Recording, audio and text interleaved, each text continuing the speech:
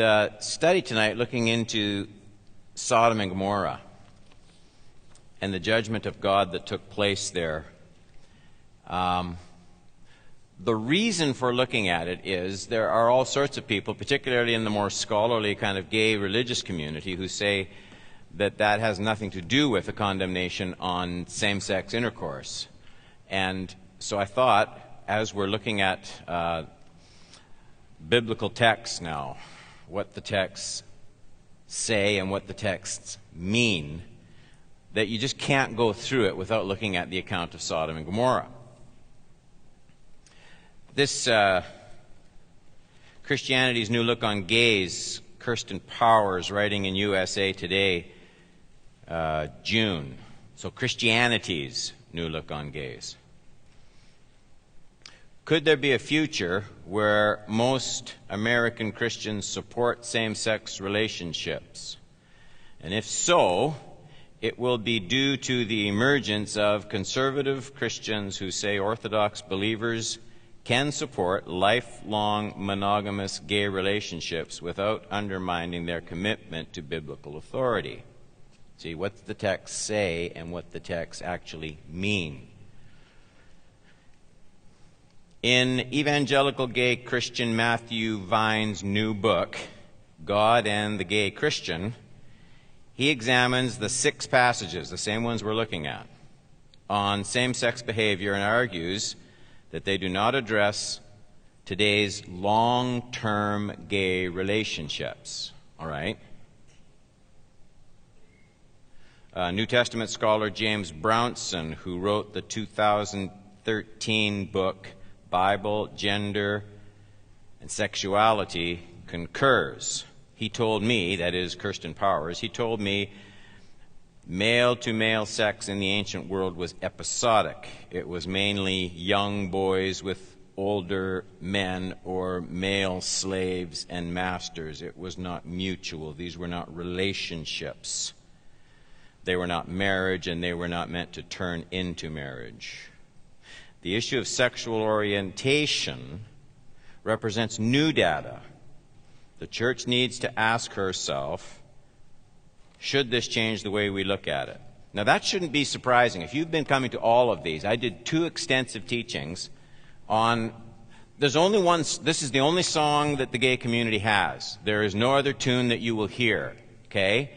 The theme is, yes, the Bible has passages condemning same-sex intercourse, but those are passages that were written dealing with things like gang rape, sexual molestation, men and boys in corrupt practices of temple worship.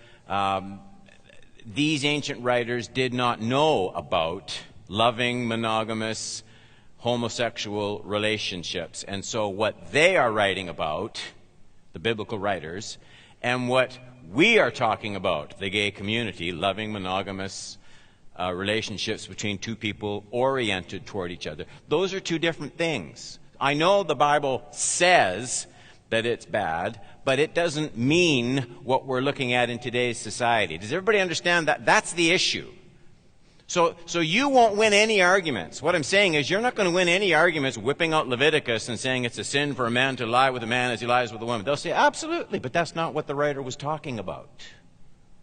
He wasn't talking about committed relationships where people oriented toward each other in a monogamous, faithful relationship. The Bible it wasn't writing to address that. So that's why it's really important when we get into this subject, what the texts, and of course, I shouldn't do this because we're going to get, what this ignores is the depth of the biblical teaching on human sin. Not just homosexual sin, I mean sin in general. Because what this ignores is the fact that the Bible writes condemning all sorts of desires that feel natural to all of us. The 2 writers here, James Brownson and Christian Matthew Vine, those 2 writers will while endorsing same-sex marriage, they're both going to write and say the Bible condemns sexual relations outside of marriage, heterosexual or homosexual. And when I hear that, something in me goes, well, wait a minute. Because all sorts of people desire relationships out of the bounds of their marriage. I mean, there's a lot of affairs being committed in today's world. Agreed? How come you're saying, no, those desires are wrong to be an infidel toward your marriage vows? Those desires are wrong. But you have to honor the desires of a person who says he's oriented toward same-sex relationships. There's something about that that makes no sense. I mean, the Bible condemns all sorts of desires that never get expressed in actions. It's the desires that are wrong. I'm not now just talking about homosexual desires. I'm talking about you. I'm talking about me. I'm talking about the Apostle Paul. Do you remember when he writes how condemned he felt by the law? He says, I went over all the things about acts of righteousness, and I felt pretty good. And then I came to that last commandment that says, you shall not covet. Coveting is not doing anything outwardly, right? If I covet something, all it is it's an orientation we all have, and the advertisers know it. So we all have this desire for things, and what the Bible does is it comes and says, there, Don, that desire, if you never act on it, that desire is a sin. And one of the reasons, and this goes beyond just the scope of studying same-sex relations, one of the reasons we have a hard time embracing the wonder and beauty of the gospel of Jesus Christ is because we no longer understand ourselves as being inherently wicked and sinful and needing redemption. Sure, the person who is a thief, the person who bows at some shrine somewhere, the person who molests children, the person who commits adultery, the person who tells lies, that person is a sinner. But most of us don't have, some of us do, but most of us don't have that in our background. I was raised in nothing but a Christian home where all we did was go to church and read our Bibles. And I need redemption. Why? Because of the inward orientation of my heart to love the wrong things.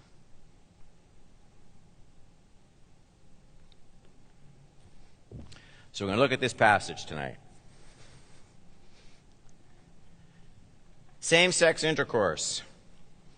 You all have notes? What the texts say, and what do they mean? We started this in our last study 2 weeks ago. There's little argument with what the texts say. There's not a single passage in the entire Bible that speaks positively about same-sex intercourse. Not a one. There is not a passage in the Old or New Testament that speaks positively about same-sex intercourse. Everyone knows that. But there are still many, I just read you a couple, who still insist that the Bible must not be taken to mean that all homosexual relationships are prohibited. Those texts that seem to condemn same-sex intercourse only condemn the act separated from an authentic, deep, same-sex orientation. And because the biblical writers didn't understand the inward issue of genuine same-sex orientation, it is only same-sex intercourse separated from that genuine orientation that is condemned. That's a brief overview of where we were 2 weeks ago when we studied Genesis chapter 2, we studied Leviticus 18, and we studied Leviticus 20. Those are all online, both the video and the notes. And my argument was, and is, the condemnation of same-sex intercourse in the Scriptures is made with the awareness that the desires behind those acts are often deeply rooted in an individual's orientation. I think the Bible knows that. In fact, we saw that clearly in the teaching of Jesus in the Sermon on the Mount. Jesus deals with the orientation, the desires of the heart, long before any act is committed. He pressed behind the outward sins of murder and then adultery to the inward orientation behind those outward sins. The actions don't become acceptable on the grounds that there was a strong inclination to do them. The inward desire only exposes how deeply disoriented we all are because of the fall and the ongoing effects of original sin in all of our beings. What's more, these biblical condemnations of same-sex intercourse are made with the awareness that same-sex acts are often loving and consensual, and some even permanent. And finally, I argued and am still arguing that the consistent condemnation of same-sex intercourse in the Bible is based on the divinely ordered creational foundation that all relations are to be between one man and one woman within the divine institution of marriage.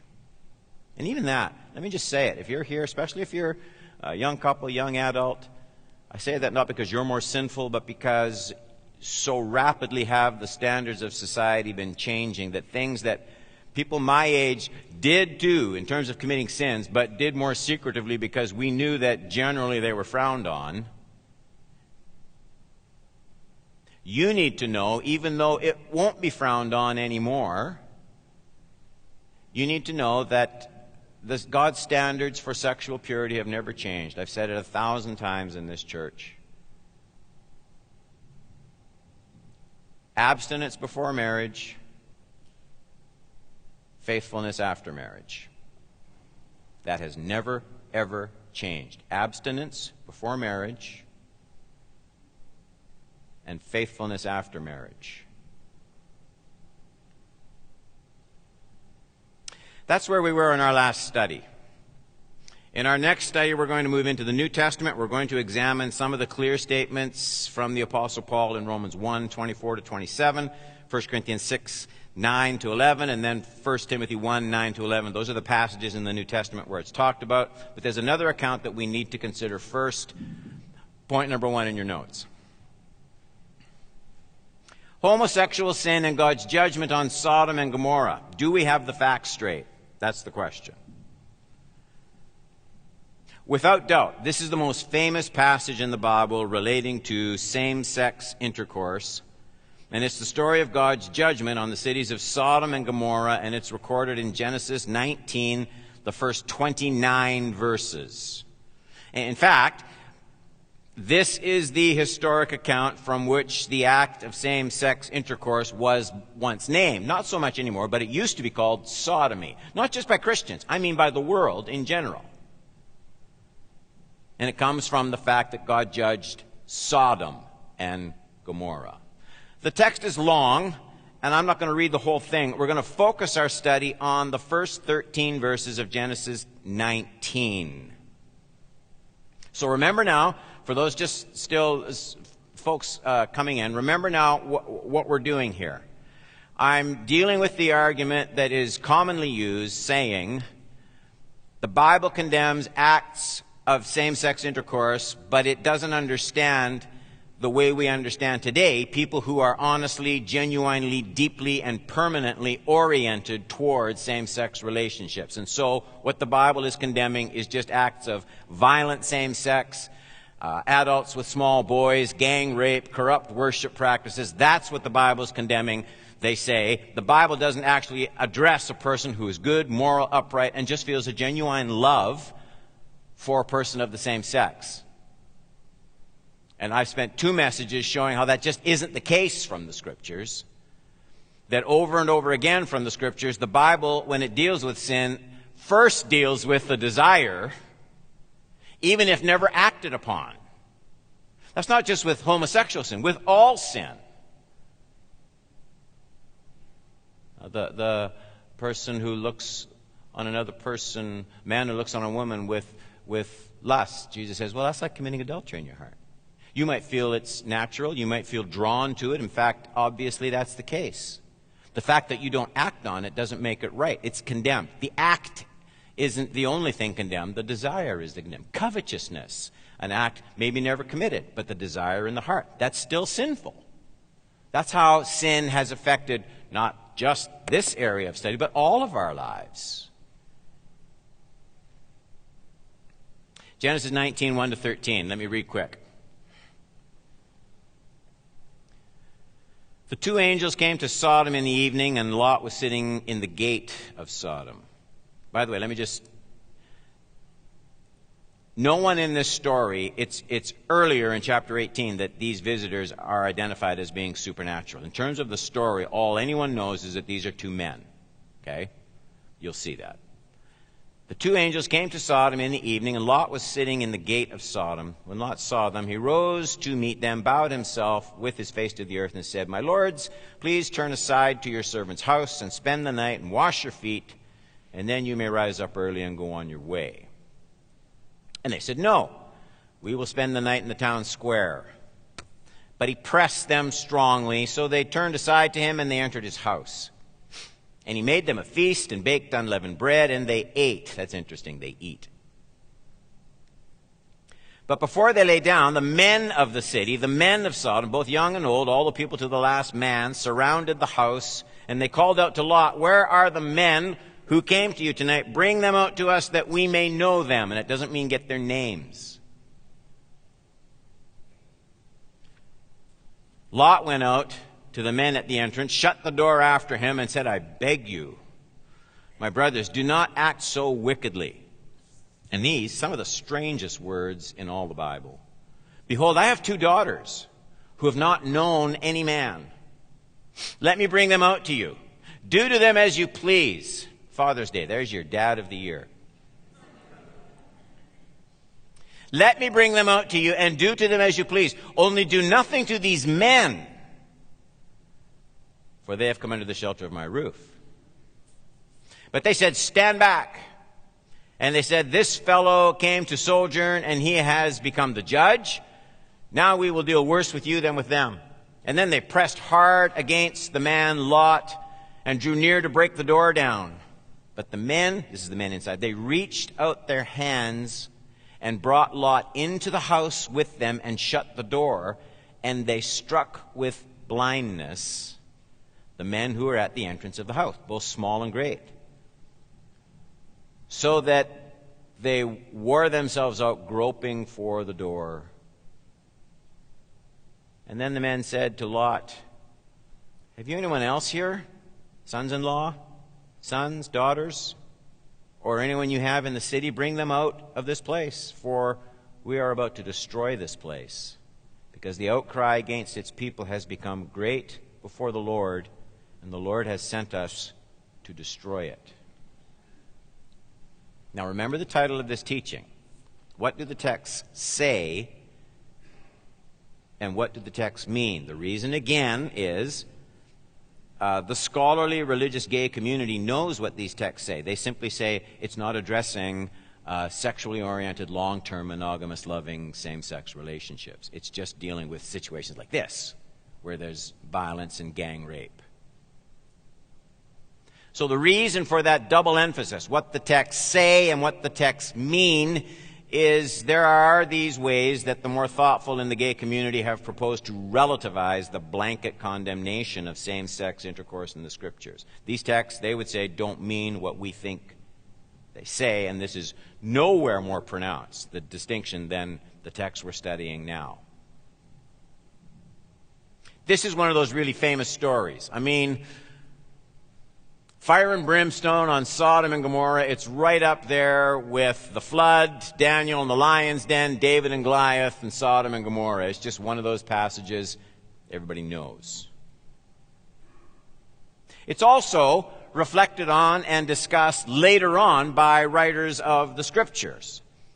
And one such reference is picked up by the gay community and used a great deal. That is Ezekiel 16:49 and 50. Ezekiel 16:49 and 50 reads like this. Behold, this was the guilt of your sister Sodom. She and her daughters had pride, excess of food, and prosperous ease, but did not aid the poor and the needy. They were haughty and did an abomination before me, so I removed them when I saw it. I heard a pastor a few summers ago, we were visiting a church, and he felt quite clever making the comment, see, people think God judged Sodom because of homosexuality. And really, what the Bible says it was, their neglect of the poor. They had a lot of material goods, a lot of wealth, and the poor and the needy were there, and they just didn't love them and didn't care about them. See, we've got it all wrong. That's what he was saying. So that Ezekiel text, it's a very significant text. The prophet Ezekiel, speaking to Judah, years and years and years after Sodom and Gomorrah, the prophet Ezekiel, he cites Judah's greed and economic injustice as something that God would judge. Now, the gay community considers the tracing of divine judgment to same-sex intercourse, it's simply a mistake, a red herring. The real cause of God's wrath was the neglect and the abuse of the poor and the needy, and it had nothing to do with homosexual relations. So, what do they do with the account we read in Genesis 19? Well, the sin, they would say, committed at Lot's house was the sin of a violent gang rape. The sin was the forced and abusive nature of the sexual encounter, and it would have applied the same way whether the encounter was heterosexual or homosexual. It was not a judgment specifically aimed against same-sex intercourse, but the violence and the corruption, so their argument goes. So how do we respond? We've gone through 3 or 4 biblical texts. We'll look at more, but how do we respond to this? I think we need to dig deeply into that account, and there are some big questions that need a response. Here's the questions I want to look at. First, why does Ezekiel say the sin of Sodom was economic injustice and greed? Second, does Ezekiel say this economic greed was the only cause of divine judgment? Third, was the sin committed at Lot's house the more general sin of gang rape, or was it a particular kind of gang rape? And fourth, are there any clues from other passages that say more about the nature of the sin God judged in Sodom and Gomorrah? So I want to take a little bit of time just looking at each of those questions. Y'all okay with that? Y'all with me still? All right. First, why does Ezekiel say the sin of Sodom was economic injustice and greed? And the immediate answer to that question is the easiest of the 4 questions. Ezekiel cites the sin of Sodom's greed and economic injustice because that's the sin Ezekiel was trying to address years later in the people of Judah. Economic injustice, neglect of the poor. If you read the prophet Ezekiel's remarks to Judah, it was the sin of Judah at the time of Ezekiel's ministry. And like any of us, Ezekiel applies the truth of God's word that was being neglected where and when he ministered. Ezekiel wasn't preaching to Sodom and Gomorrah. He was speaking and applying God's word to Judah at a particular time in her rebellion, and her particular point of rebellion was she was prosperous, had some wealth, but didn't look after her own, didn't care for their needs. So naturally, that's the part of the Sodom and Gomorrah story that he applies to Judah, because that's the parts that fits with what he was trying to accomplish. So, when Ezekiel referenced the account of Sodom while confronting the disobedience of Judah, it's not at all surprising that he would emphasize the sin that they both had in common. Secondly, does Ezekiel say this sin of economic injustice was the only cause of divine judgment? And the clear answer to that has to be no. When you look again at Ezekiel's words in 16:49-50, he says this, "Behold, this was the guilt of your sister Sodom. She and her sisters had pride, excess of food, and prosperous ease, but did not aid the poor and needy." And then verse 50 says, "They were haughty and did an abomination before me. So I removed them when I saw it." That's a difficult text. Verse 49 says the people did not, quote, aid the poor and needy. And then verse 50 says they did an abomination before me, so I removed them when I saw it. Now the question is this: is Ezekiel describing one sin, or is he describing two sins? In other words, did the people neglect the poor and then commit another abomination on top of that? Or did they neglect the poor and then Ezekiel merely expands on that one sin, calling it an abomination and saying God judged them for it? Is there a break between 49 and 50, listing more than one sin, or are they merely two verses covering the same thought? I should be real honest with you. Scholars just don't agree. We just don't know from the way the text is worded.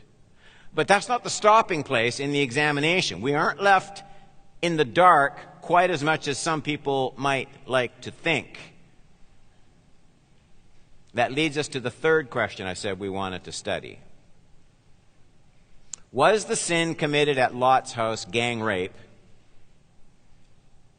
Or was it a particular kind of gang rape? And if you don't think the text tells us, I think you're mistaken, and you need to look at the account again carefully.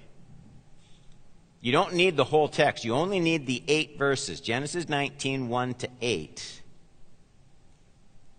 In fact, you can jump down to verse 6, because you know the story now.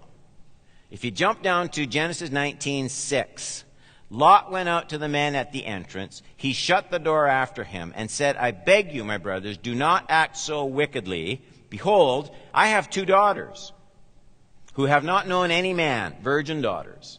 Let me bring them out to you and do to them as you please. Only do nothing to these men. They have come under the shelter of my roof." Now you have to stay with me here for a minute. As far as we can tell from the text itself, I mean, you can speculate anything without the text. No one knows anything about these men. I said that earlier. No one in the entire account in Genesis 19 considers them angels. Their identity is only more clearly cited a chapter earlier in Genesis 18. So that's what we know for sure. They are pictured as 2 men. They go into Lot's house. They eat. He washes their feet. Okay? So don't picture angels like the ones you have dancing at our productions. These are beings that sit down, eat bread and fish with stinky feet. So they're men, as far as anybody can tell in the passage. Next, the men from the city, only the men, verse 4, they come out to have sex with Lot's guests. Okay, that much, pretty well everybody agrees. There's not much dispute. Now, from these facts, many in the gay religious community have deduced the sin for which Sodom was judged must be the sin of that economic injustice mentioned by Ezekiel, because the sin committed at Lot's house was the sin of violent gang rape, which, while wicked, it happened in various places in the Old Testament without fire falling from heaven.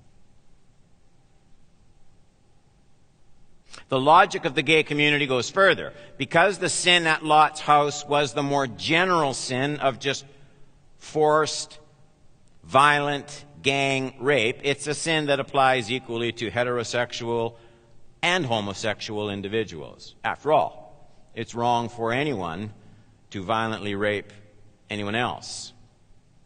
So very cleverly, all of a sudden, this text is removed from any consideration of same-sex intercourse.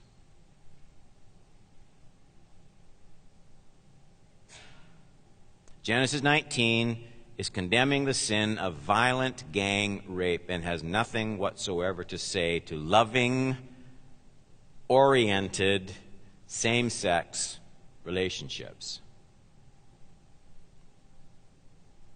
And I'm not trying to be loveless, but I want to go on record saying that this can't possibly be all that the Genesis 19 text is saying. That any kind of gang rape is wicked, you'll get no argument from me.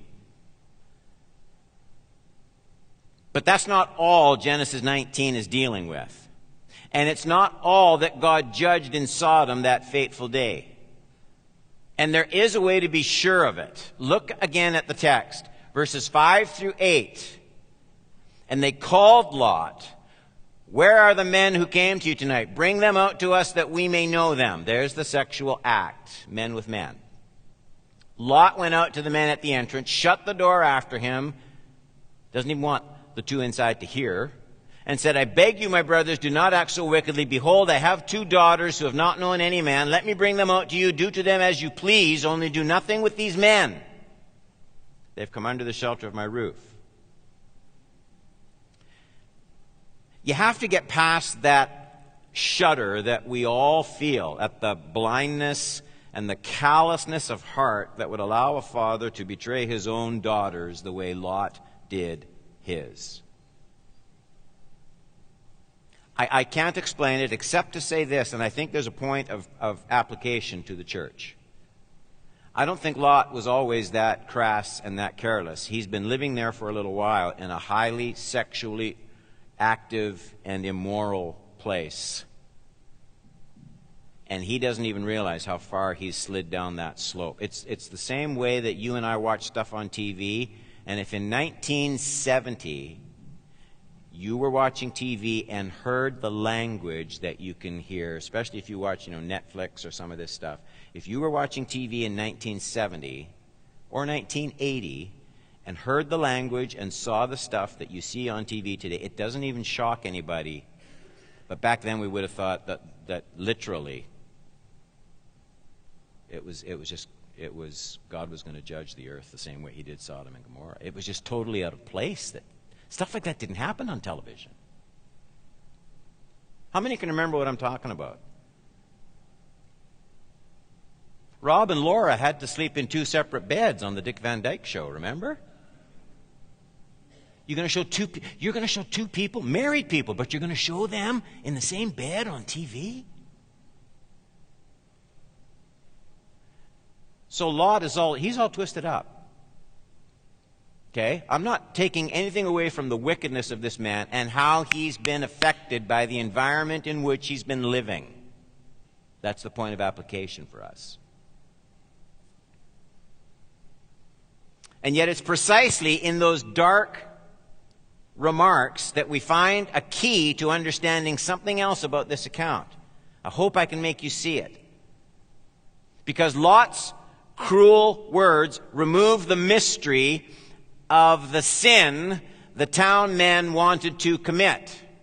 The text says, Lot sees something incredibly wicked, that's the word, in the demands of the townsmen. 6 and 7. Lot went out to the men at the entrance, shut the door after him, and said, I beg you, brothers, do not act so wickedly. Okay, Lot was there. We weren't there. How did he assess the request from the townsmen? Was the wickedness Lot imagined the wickedness of violent gang rape, whether homosexual or heterosexual? Is that the best understanding of the passage? And it just doesn't seem possible to me. In what sense does Lot offering his virgin daughters, here, all of you, take my 2 daughters, do to them whatever you wish? Seriously, does anyone hearing those words believe that Lot's solution solved the problem of gang rape? Anybody? It's ridiculous, isn't it? That is gang rape.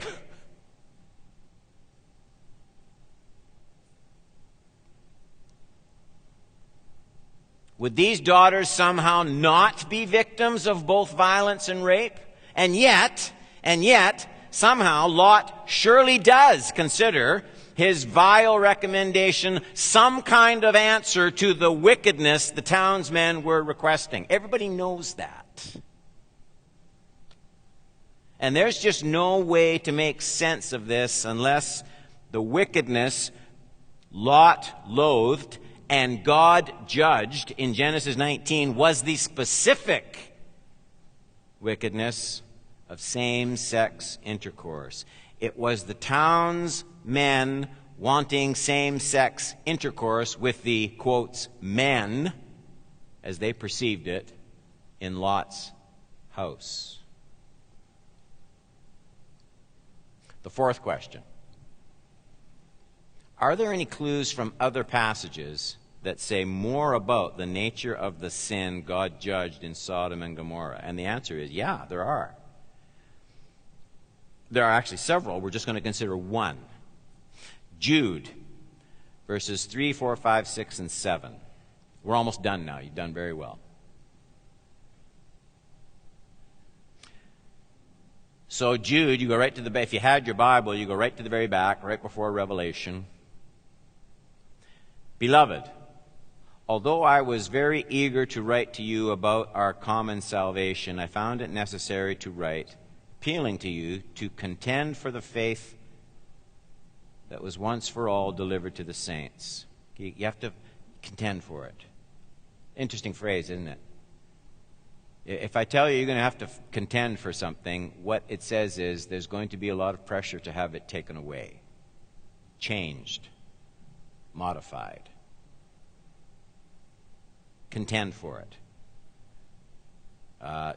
Something shouldn't be tolerated. That's what it means to contend for the faith once delivered. Push back. For certain people have crept in, this is into the church, certain people have crept in unnoticed, who long ago were destined for this condemnation, ungodly people who pervert the grace of our God into sensuality and deny our only Master and Lord Jesus Christ. Now I want to remind you, although you once fully knew it, that's interesting too. You once fully knew it. That Jesus, who saved people out of the land of Egypt, afterward destroyed those who did not believe. So he saved and destroyed. And isn't it striking that he says it was Jesus? I wish I had more time for that, but I don't. Jesus, who saved the people out of Egypt, and Jesus, who destroyed those who did not believe. 6, and the angels, who did not stay with their own position of authority, but left their proper dwelling, he has kept in eternal chains under gloomy darkness until the judgment of the great day. And then these words, just as Sodom and Gomorrah and the surrounding cities, which likewise indulged in sexual immorality, listen, and pursued unnatural desire. Everybody see that? That doesn't undo what Ezekiel said, that among the sins committed at Sodom, that was wicked in God's eyes, was injustice to the poor. But that's not the whole story. The interesting thing about Jude is specifically writing about the ways in which God judged. Delivered people out of Egypt, but destroyed those who didn't believe. Created angels in the places and roles of worship to glorify around the throne, but destroyed or sealed up, bound those who abandoned their proper role. So he's talking about judgment. and it came on Sodom and Gomorrah, which likewise indulged in sexual immorality, and then this particular kind, and pursued unnatural desire. Serve as an example by undergoing a punishment of eternal fire. Now, Jude makes it clear that while not the only sin committed in Sodom, sexual immorality was one of the causes of God's immediate judgment. Ezekiel's rebuke, as he cites Sodom and Gomorrah, as he preaches to Judah with their economic injustice, that still stands, it's still there, but it doesn't stand alone. The specific nature of the sexual immorality is described by Jude as pursuing unnatural desire. And you go immediately to Paul's words that we'll look at next week in Romans 1 and 2. Sins committed against nature, unnatural desire. The New American Standard Bible defines the term with very difficult literalness as the pursuit of strange flesh.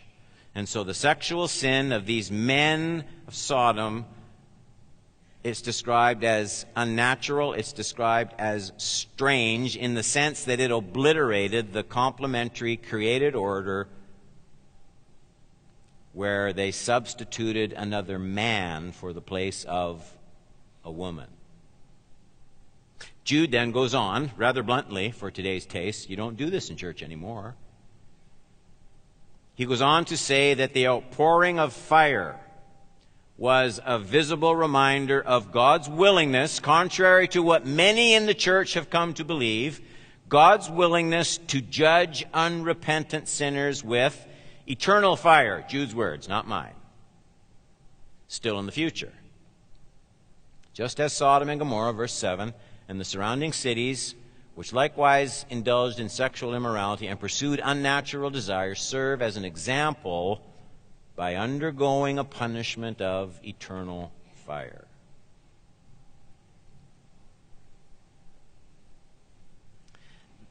This is why, church, this is why it is never a loving act to keep the truth from any sinner. Not a heterosexual sinner, not a homosexual sinner. It is never a loving act, even if feelings get hurt. It is never a loving act to keep the truth from any sinner. Telling the truth is not much of a virtue in the church today. It will be so even less in the next decade. We have come to embrace tolerance far above scriptural faithfulness. That does not bode well. And the price we pay for that, is an incapacity to genuinely, savingly, lovingly reach out to people who Jesus died to redeem. Sin deceives so extremely that the people who need God's truth and grace don't always want it. It cost Jesus his very life to reach the lost. And listen to me, increasingly, it's going to cost the church the same.